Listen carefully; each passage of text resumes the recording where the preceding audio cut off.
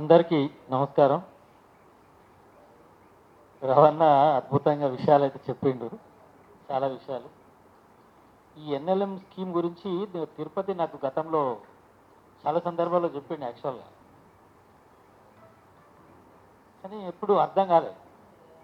ఈరోజు అద్భుతంగా అర్థం చేయించినటువంటి తిరుపతి గారికి, ఈరోజు ఈ కార్యక్రమం నిర్వహిస్తున్నటువంటి గొర్రెల కాపర్ల సంక్షేమ సంఘం పెద్దలకు, సమావేశం అధ్యక్షులు శ్రీహరి యాదవ్ గారు, అదేవిధంగా మన అఖిల భారత యాదవ్ మహాసభ రాష్ట్ర అధ్యక్షులు పెద్దలు రవీంద్రనాథ్ గారు, ఆల్ ఇండియా సెక్రటరీ అఖిల భారత యాదవ్ మహాసభ రమేష్ యాదవ్ గారు, సిఎంపిఎస్ జనరల్ సెక్రటరీ, ప్రాక్టికల్ నాలెడ్జ్ గొర్రెల కాపుల మీద ఉన్నటువంటి ఉడత రవీంద్ర యాదవ్ గారు, అదేవిధంగా నిజంగా ఈ స్కీమ్ మీద, ఇప్పుడు పెడుతున్న స్కీమ్ మీద అద్భుతమైన ఐడియా ఉన్నది ఎవరనంటే బహుశా మారం తిరుపతి గారని. ఈ రాష్ట్రంలోనే బహుశా మన సర్కిల్స్ అందరిలో హైయెస్ట్ తనకే ఉందని నేను భావిస్తున్నా. ఎందుకంటే నేను నిజానికి నాకు ఈ స్కీముల గురించి కానీ వీటి గురించి ఏం వెళ్ళినప్పుడు ఇప్పుడు లాంగ్ బ్యాక్ 19లోనో 20లో ఒకసారి పెద్దపల్లి పోతే చెప్పిండు నాకు, దగ్గర ఒక మార్కెట్ మన రాష్ట్రంలో ఎక్కడ లేని ఒక మార్కెట్, తను మాంసాన్ని అమ్ముకోవడానికి మార్కెట్ తనే కష్టపడి ఒక మార్కెట్ కూడా అక్కడ సృష్టించిందని చూపించి నాకు తీసుకుని అన్నీ ఇక్కడ మార్కెట్ ఉందని కూడా రామగుండం రూట్లో చూపించింది.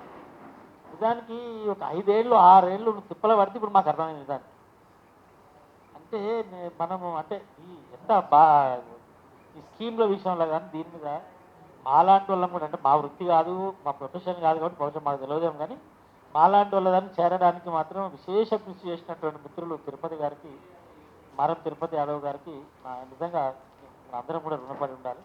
మిగతా ఇక్కడికి వచ్చిన మిత్రులందరికీ కూడా పేరు పేరున నా సామాజిక ఉద్యమ అభినందనలు, కృతజ్ఞతలు. ముఖ్యంగా ఎప్పుడు శ్రీహరన్న, తిరుపతి అన్న వీళ్ళిద్దరు కూడా ఎప్పటికీ ఏంటంటే ఏదో చేద్దామని చూస్తూ ఉంటారు పాపం.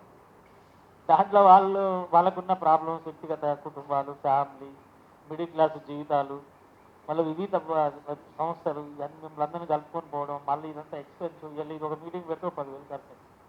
మరి ఆ 10,000 ఇడికెళ్ళి తేవాలి. వీళ్ళేమో అన్నింటి పోయి అడక తినే బాబు కాదు.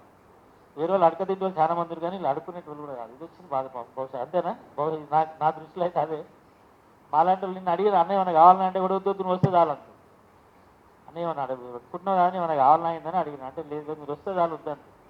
అంటే ఏంటి, అంత సెల్ఫ్ రెస్పెక్ట్ తోటి వీలైన కాడికి వ్యవస్థలో ఏదో ఒకటి మా వంతు మీద చేయాలని ప్రయత్నం చేస్తున్నటువంటి ఈ సంఘం పెద్దలు మీ అందరికీ కూడా నిజానికి మంచి ప్రయత్నం.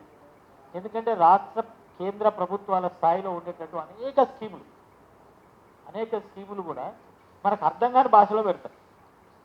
టర్మ్ లోన్ అని పెడతారు, లేకపోతే లాంగ్ టర్మ్ లోన్ అని పెడతారు, లేకపోతే ఇప్పుడు తిరుపతి బాధ చెప్పినట్టు 5 ఏళ్ళ ఒక అప్లికేషన్ ప్రాసెస్ కావడానికి 5 ఏళ్ళు. నిజానికి మనం ఈ డెమోక్రసీలో ఉన్నామా, చట్టాలలో ఉన్నామా, అధికారాలలో ఉన్నామా ఏంటని మనం ఆలోచించినప్పుడు మీరు మాట్లాడుతుంటే నిజంగా నాకు అరే ఇంత నిజమే చాలా అన్యాయం జరుగుతుందనే విషయంలో అర్థమవుతున్నప్పుడు, నేను ఆలోచిస్తున్నప్పుడు అర్థమైంది ఏంటంటే నాకు ఈ దేశంలో ఉన్నటువంటి 199% పాలకవర్గ రాజకీయ పార్టీలన్నీ కూడా అగ్రకుల రాజకీయ పార్టీలు. ఈ అగ్రకుల రాజకీయ పార్టీలు అధికారంలోకి వస్తున్నాయి కాబట్టి వాడు అధికారంలోకి వచ్చినప్పుడు ఈ రాష్ట్రం బడ్జెట్ ఈ దేశ బడ్జెట్ ఫర్ ఎగ్జాంపుల్ 100 కోట్లు ఉందనుకోండి, ఎగ్జాంపుల్ చెప్తున్నాను, 100 కోట్లు ఉందనుకో, 100 కోట్లలో 60 లక్షలు 70 లక్షల కోట్లు నిధులు రిలీజ్ చేస్తారు. 100 కోట్లు బడ్జెట్ రిలీజ్ చేస్తారు. ఆ బడ్జెట్ రిలీజ్ చేస్తున్నప్పుడు దేనికి ఎంత పెట్టాలని పెట్టుకున్నప్పుడు మనకు సంబంధించినట్టు ఎన్ఎల్ఎం స్కీమ్కో, గొర్రెలపార్ల సంక్షేమ సంఘానికో, లేకపోతే ఇంకో దానికో గొర్రెల స్కీమ్కో కొంత అమౌంట్ ఇస్తారు. కానీ ఈ బడ్జెట్ అలొకేషన్ ఏదైతే ఉన్నదో పేపర్ మీద చూపించి రిలీజ్ చేసిన డబ్బులన్నీ కూడా వాళ్ళ వర్గాలకు సంబంధించిన స్కీములు ఏమున్నాయో వాటికే ఇస్తారే తప్ప మనకు డబ్బులు ఇవ్వడానికి ఆయన మనసు రావట్లేదు. దానికి కారణం ఈ దేశాన్ని పరిపాలించేటటువంటి అత్యున్నత స్థాయిలో ఉన్నటువంటి ఆ బ్యూరోక్రసీ ఏదైతే ఉన్నదో, ఐఏఎస్ స్థాయిలో అధికారులు ఎవరైతే ఉన్నారో, కేంద్ర ప్రభుత్వం రాష్ట్ర ప్రభుత్వాల స్థాయిలో ఉన్నటువంటి ఉన్నతాధికారులు ఎవరైతే ఉన్నారో వాళ్ళ యొక్క నిర్లక్ష్యం అని మనం అనుకుంటున్నాం. నిర్లక్ష్యం కాదు, చెప్తున్నట్టు సోదరులు చెప్తుంటారు. తిరుపతి గోపి ఆయన మనవడు యాక్చువల్గా కానీ ఆయన మీద ఎంత ప్రెజర్ ఉంటుందో నేను ఆ ట్రాన్స్ఫర్లు అప్పుడు చూసి. అంటే యాక్చువల్గా తిరుపతి వచ్చి నేనే ఉన్నాను కొన్ని గోపి ప్లేస్లో, లేదు మరి రమేష్ ఉంటాడు అనుకో, మన తిరుపతి యాదవ్ వచ్చిన పిల్లలు తిరుపతి యాదవ్ ఏందని అడిగి పంపిస్తాం. కానీ మన వాళ్ళు అక్కడ లేకపోవడం మూలంగా వాడి యొక్క ఇంపార్టెన్స్ అని ప్రయారిటీ ఏమైపోయిందంటే వాడి అన్నీ అయిపోయినాక పోయేటప్పుడు ఏదో ఒకటి మాట్లాడు కాగితం తీసుకోవాలనే పరిస్థితులలో మనం ఇంటివేయబడడం అనేది నిజంగా రాజ్యాధికారంలో ఉన్నటువంటి సమస్యనే. మనకు రాజ్యాధికారం లేదు కాబట్టి మన గురించి ఎవడు పట్టించుకోవట్లేదు. సింపుల్, మొత్తం అటు ఇటు తిరిగి ఫైనల్గా వచ్చేది డాక్టర్ బిఆర్ అంబేద్కర్ చెప్పినట్టు రాజ్యాధికారం ఏదైతే ఉందో, పొలిటికల్ పవర్ ఏదైతే ఉన్నదో అదే కీ, అది మాస్టర్ కీ అని చెప్పుకున్నట్టు మనకు రాజ్యాధికారం లేదు కాబట్టి మన మంత్రి లేడు, మంచో చెడో మనకు సంబంధించిన ఒక మంత్రి, అది 10 సంవత్సరాల శాఖ మంత్రి లేకపోతే క్యాబినెట్ మినిస్టర్ ఇంకోటి ఉంటే డెఫినెట్గా మరణ తిరుపతి గారు పొంగన తిరుపతి యాదవ్ మావాడు కష్టపడుతుందని గురించి మాట్లాడతలేరు. అంటే అర్థమే మనకు రాజ్యాధికారంలో మనకు భాగస్వామ్యం లేకపోతే. కాబట్టి మీరు స్కీమ్ల గురించి మాట్లాడరు, అనవసరంగా నేను స్కీమ్ల గురించి మాట్లాడొద్దని ఎట్లా మీకంటే అద్భుతంగా మీరు మాట్లాడలేదు. చాలా నా వరకు నేను అద్భుతంగా చాలా అర్థం చేసుకోగలిగిన, చాలా విషయాలు తెలుసుకోగలిగిన ఏంటంటే తిరుపతి గారు చెప్పినందుకు ఆ స్కీమ్ యొక్క దుర్మార్గం అర్థమైంది నాకు. రవాణా చెప్పినప్పుడు అసలు ఎవడు ఎట్లా మోసం చెప్తున్నా అర్థమైంది. మరి రమేష్ అన్న చెప్పినాక మనం ఎట్లా మనం ఎట్లా ఎదిరించాలి, ఎట్లా అసలు ఏ స్కీమ్లో ఏముందనేది మనకు అర్థమైంది. కాబట్టి నేనేం చెప్పదలుచుకుందంటే ఇవన్నీ కావాలంటే కూడా మేమెంతో మాకంత కుల జన దామాష పద్ధతిలో మేమెంతో మాకంత నినాదం ఏదైతే ఉన్నదో, సామాజిక న్యాయం అంటే ఎవడి జనాభా ప్రాతిపాదికన వాడికి రాజ్యాధికారం అందడమే, జనాభా ప్రాతిపాదికన అందడమే సామాజిక న్యాయం అంటే ఏంటి? దాని అర్థం విడుదల చేసిన నిధులు ఇవాళ గొల్లకురమను కలిస్తే సుమారు వాళ్ళ పనికిమాల లెక్కల ప్రకారం, ఆ లెక్కలు కరెక్ట్ అయినవి కాదు కానీ వాళ్ళ పనికిమాల లెక్కల ప్రకారం కూడా ఇలా మనం 15-16% ఉంది. 16% మన జాతికి సంబంధించినటువంటి నిధులు కేటాయిస్తే ఈ స్కీమ్ కళ్ళు మూసుకొని మనకు వస్తుంది. గొల్లకురమలకు ఈ వృత్తికి 16% బడ్జెట్లో నిధులు కేటాయించాలంటే ఆటోమేటిక్గా మన డబ్బులు మనకు వస్తాయి కదా. ఎమ్మెల్యేలు ఎంపీలే కాదు, సామాజిక న్యాయంలో మనకు రావాల్సింది ఏంటి? మన బడ్జెట్ మనకు రావాలి, మన మీదనే ఖర్చు పెట్టాలి. అట్లా మనం ఒక ప్రయత్నం చేసినప్పుడు మాత్రమే ఇది ప్రయత్నం అవుతుందేమో. కానీ ఇప్పుడు ఎస్సీ ఎస్టీలకు సప్లాన్ వచ్చింది, కానీ గొర్రెల కాపర్లకు సప్లాన్ ఎందుకు పెట్టట్లేదు? కాబట్టి మనం రాజ్యాధికారం, పొలిటికల్ పవర్ ద్వారా, ఒత్తిడి ద్వారా మాత్రమే మన గొర్రెల కాపర్లకు కూడా సప్లాన్ అనేది ఎస్సీ ఎస్టీలకు ఎట్లయితే సప్లాన్ ఉందో ఆ సప్లాన్ పద్ధతి మీద మనం ప్రయత్నం చేయాల్సిన అవసరం ఎంతైనా ఉన్నది. ఎందుకంటే ఇంత పెద్ద కమ్యూనిటీ, మన మిత్రులు చెప్పారు ఇంతమంది భూముల సమస్య, భూములు ఉన్నాయి మన దగ్గర 9%, 10% ఈ రాష్ట్రంలో ఉన్న భూములు మన దగ్గర ఉన్నాయి. కానీ పరిణామ క్రమంలో నాకు అర్థమైంది ఏంటంటే, సరే ఇక్కడ ఎంతమంది గొర్రెలు కాసిన వాళ్ళు ఉన్నారో మనలు లేరు నాకు తెలియదు, కానీ నేను కూడా చిన్నప్పుడు డిగ్రీ వరకు నేను మా గొర్రెలు ఉండే, మా అయ్యతో పాటు నేను కూడా గొర్రెకాడికి పోయేది. గొర్రెకాడికి పోయినప్పుడు నేను బుక్ పట్టుకొని ఆయన ముందర నేను వెనకంగా గొర్రెకాడికి చిన్నప్పుడు నేను కూడా పోతుంది. మాకు 30 ఎకరాల పొలం ఉంటే అప్పుడున్న పరిస్థితి ఏంటంటే 10 ఎకరాలు మాత్రమే పొలము, శనిగలు, పెసలు వేసేది. మిగతా ఒక 10 ఎకరాల గొర్రెలు ఉండేది వేసేది. ఒక 10 ఎకరాలలో ఆవులు, గొర్రెలు, బర్రెలు, పెద్ద ఎడ్లు అంటే నాగలు ఉన్న ఎడ్లు ఇవి వేసేది. అంటే ఒక 20 ఎకరాలు కంచకే వాడేవాళ్ళం. దానికి కారణం కూడా ఏంటంటే నీళ్ళు లేవు. అప్పుడు మోటార్లు కొట్టే పరిస్థితి ఉంటుంది కాబట్టి నీళ్ళు లేవు కాబట్టి మనం పశువులు మేపుకున్నాం. కానీ ఏం జరిగింది? కాలక్రమంలో ప్రాజెక్టులు రావడం మూలంగా 30 ఎకరాలు ఇలా పొలం వరం మీద పోతుంటే పెద్ద లావరం ఉంటే దాన్ని సన్నగా చేసేసి దాని మీద నడిచే పరిస్థితి లేదు. ట్రాక్టర్లు పెట్టి తోసేస్తే మొత్తం ఎగిరిపోతా ఉంది.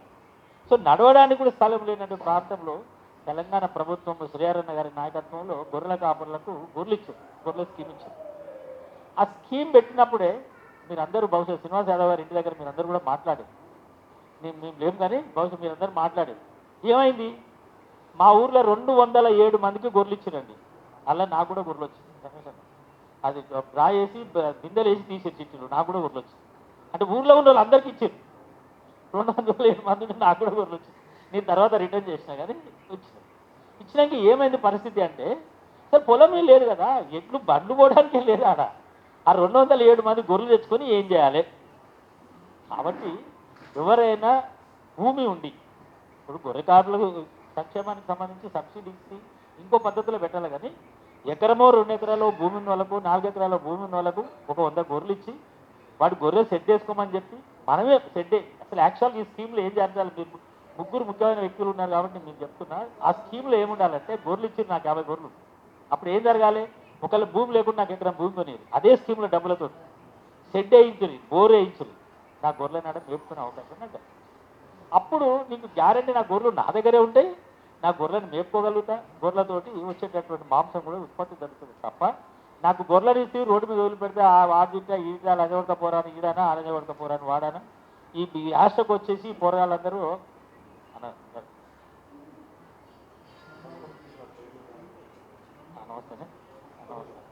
Thank you. వనపర్తి జిల్లా అధ్యక్షుడు సెక్రటరీ ఇద్దరిని కూడా వేదిక మీదకి, చైర్మన్ గారు ఇద్దరిని కూడా వేదిక మీదకి ఆహ్వానిస్తారు. ఒకటే నిమిషం అన్న మీరే మాట్లాడదు.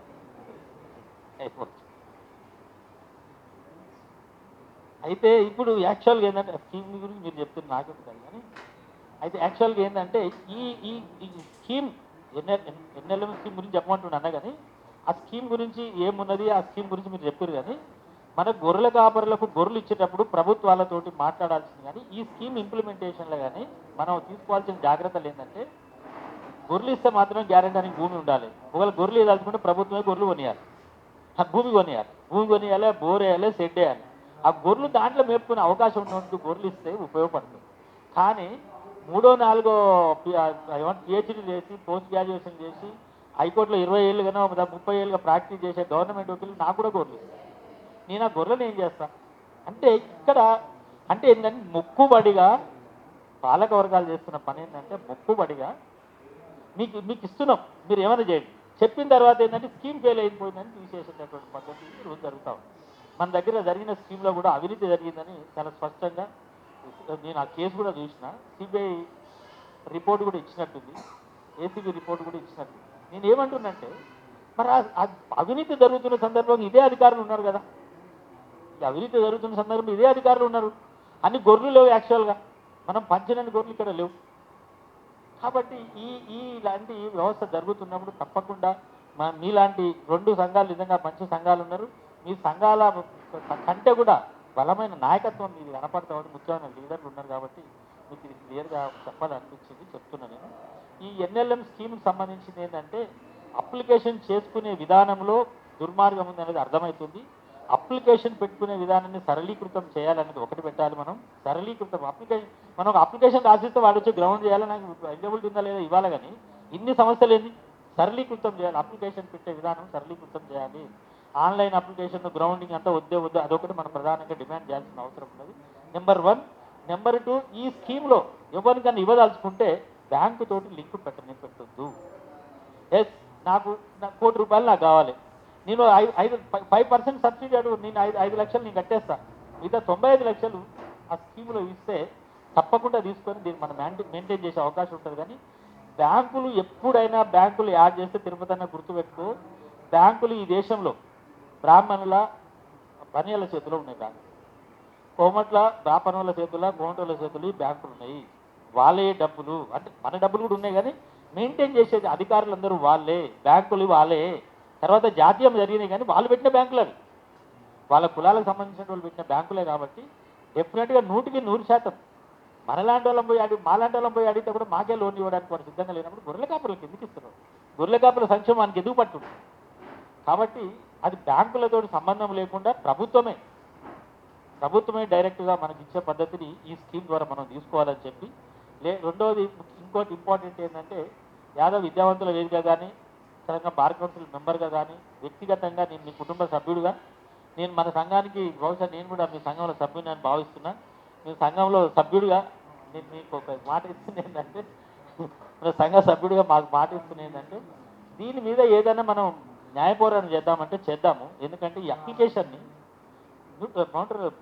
కొంచెం జనరలైజ్ చేయాలి. ఎవరు పడితే అప్లికేషన్ పెట్టుకున్న ప్రొసీజర్ ఉండే పద్ధతులలో దాని మీద ఒక రిప్రజెంటేషన్ మనం గవర్నమెంట్ సెంట్రల్ గవర్నమెంట్కి స్టేట్ గవర్నమెంట్లో పెట్టి అసలు అప్లికేషన్ పెట్టే విధానం ఇంత నిల్లా చెప్పినంత దాదాపు 150 ఎన్నో బ్యాంక్ కూడా అప్లికేషన్ ఇచ్చినప్పుడు 150 కండిషన్స్ ఏదో ఉన్నాయి, 133 కండిషన్లు. అయితే 3 కండిషన్లు కూడా లేకుండా ఒక అప్లికేషన్ ఇవ్వాలి. అప్లికేషన్ నింపిస్తే కొడక వచ్చి నువ్వు గ్రౌండింగ్ చేయాలనే పద్ధతులలో మనం దాని మీద ఒక ప్రయత్నం చేద్దాం. దానికి నా వంతు 100% నేను సపోర్ట్గా సహకారంగా నేను ఉంటా అని అది కూడా మీకు తెలియజేస్తూ ఈ ఎన్ఎల్ఎం స్కీమ్లో గతంలో జరిగిన అవినీతికి సంబంధించింది ఏదైనా ఉంటే కూడా డెఫినెట్గా మనం దాని మీద ఒక ఫైట్ చేద్దాం. ఆ ఫైటింగ్లో కూడా మేము విద్యావంతులుగా, నేను ముఖ్యంగా లాయర్గా తప్పకుండా నా వంతు సహాయం సహకారాలు అందిస్తానని కోరుకుంటూ, ఈ ప్రయత్నం ప్రధానంగా నిర్వహిస్తున్న మీకు ఎప్పుడు ఇంకా కూడా ఇటువంటి ప్రయత్నాలు చేయాలని, ఇట్లనే మమ్మల్ని అందరినీ కూడా పిలిచి అప్పుడప్పుడు ఇట్లా కలుసుకునే అవకాశం ఇవ్వాలని, ఇట్లా ఈ స్కీమ్ తెలవని విషయాలు, చాలా కొత్త కొత్త విషయాలు తెలియజేయాలని మిమ్మల్ని కోరుకుంటూ, నాకు ఈ అవకాశం ఇచ్చిన మీ అందరికీ కూడా